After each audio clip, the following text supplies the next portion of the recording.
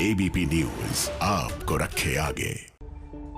बिहार की खबर का अपडेट देंगे आपको। पटना में रुपेश हत्याकांड। रुपेश की हत्या हुए 40 घंटे से ज्यादा का समय बीत चुका है, लेकिन बिहार पुलिस के हाथ अब तक खाली हैं।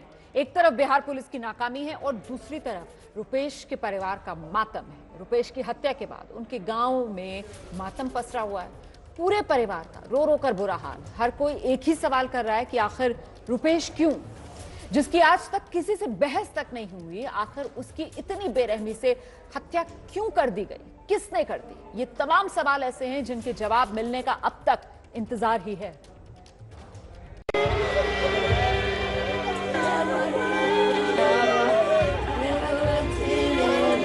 दुश्मन था तभी ने गोली मारा।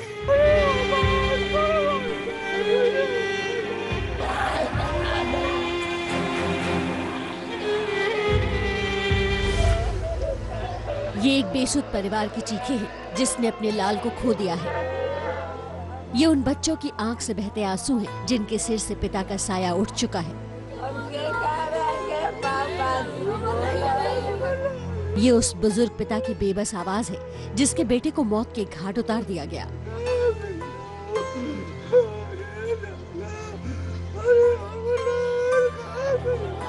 ये रुपेश से जुड़े उस इंसान की आह है जिनसे उनके घर का सबसे रोशन चिराग छिन गया। पटना में इंडिगो फ्लाइट मैनेजर रुपेश की हत्या की खबर मिलते ही पूरे परिवार पर गमों का पहाड़ टूट पड़ा है। कलेजा चीर देने वाली ये चीखें रो रो कर बस एक ही सवाल पूछ रही है कि आखिर रुपेश की हत्या क्यों कर दी गई। रुपेश के परिवार से लेकर उसके जानने वाले सब यही सवाल कर रहे हैं कि आखिर रुपेश से किसी की क्या दुश्मनी हो सकती है। आपकी जानकारी में ऐसा कोई मसला, कोई रंजिश? नहीं, मेरे जानकारी में कोई ऐसा साजिश या रंजिश नहीं है। ये नीतीश सरकार जो सुशासन की सरकार है, उनसे हम लोग हाथ जोड़ के रिक्वेस्ट करेंगे कि इस मान लीजिए हम लोग को इसके लिए न्याय जरूर से जरूर दे। अच्छा व्यवहार था, इस लिबरल थे, इसलिए सब लोग का चहेता हुए। न उनके नेतागिरी से कोई रिलेशन था, न कोई उनको अथी से रिलेशन था। सब लोग को अच्छा आदर स्नेह देते थे, इसलिए वो सामाजिक आदमी बने थे। और समाज के हर लोग कुछ नहीं था, बहुत सीधा ही लड़का था, कोई दुश्मनी नहीं था। कहीं भी आप पता कर लीजिएगा, कुछ भी दुश्मनी, एकदम सीधा लड़का, इसीलिए ऐसा हो गया उसके साथ। पूछ लीजिए सब माता लोग से, बहुत सेवा करता था। छठ पूजा में आके सब लोग कपड़ा बांटता था, नारियल सब चीज बांटता था। रुपेश के भाई हो या बहन, सबका यही मानना है कि रुपेश काफी मिलनसार और सबकी मदद करने वाले थे। उनकी कभी किसी से दुश्मनी नहीं हो सकती, लेकिन जिस तरह रुपेश की हत्या हुई है वो दिखाता है कि अपराधियों ने बाकायदा प्लानिंग करके इस हत्या को अंजाम दिया है। पटना एयरपोर्ट पर इंडिगो के स्टेशन मैनेजर पद पर तैनात रुपेश को बड़ी हस्तियों के साथ तस्वीरें खिंचवाने का बहुत शौक था।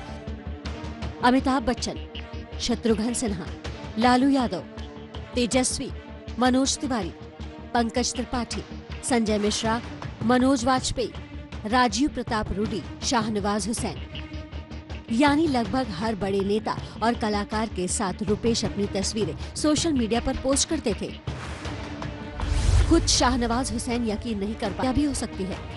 जो अपराधी हैं वो बख्शे नहीं जाएंगे, वो कहीं भी होंगे, पाताल में भी तो उनको तलाश कर निकाला जाएगा और उनको फांसी के उसको सूली पर चढ़ाया जाएगा। रुपेश कुमार बेहतरीन इंसान थे, हम सबके मित्र थे। पटना में कोई भी व्यक्ति जाए उसको वो बहुत हंसकर मिलते थे, उनका किसी से बैर हो ही नहीं सकता। रुपेश पत्नी और 2 बच्चों के साथ पटना में रहते थे और बाकी परिवार छपरा में रहता था। परिवार का दावा है कि वो हमेशा गांव आकर लोगों की मदद करते थे। जिसकी कभी भी किसी से कोई रंजिश नहीं रही हो, उसकी फिर इतनी बेरहमी से हत्या क्यों की गई, ये बड़ा सवाल है।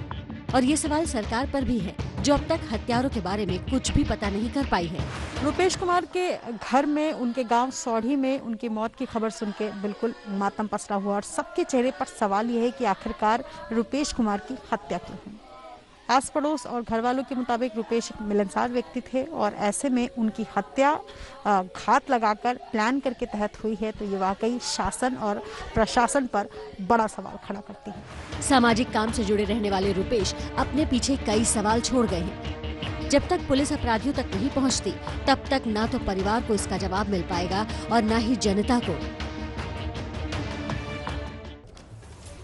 एक तो रुपेश के जाने का दर्द और दूसरा रुपेश की हत्या किसने की, क्यों की, इन सवालों के जवाब न मिल पाने का दर्द। इस वक्त दोहरे दर्द झेलने को मजबूर है रुपेश का परिवार। छोटे से ब्रेक के लिए यहाँ पर रुक रहे हैं। एबीपी न्यूज पर आगे होंकार।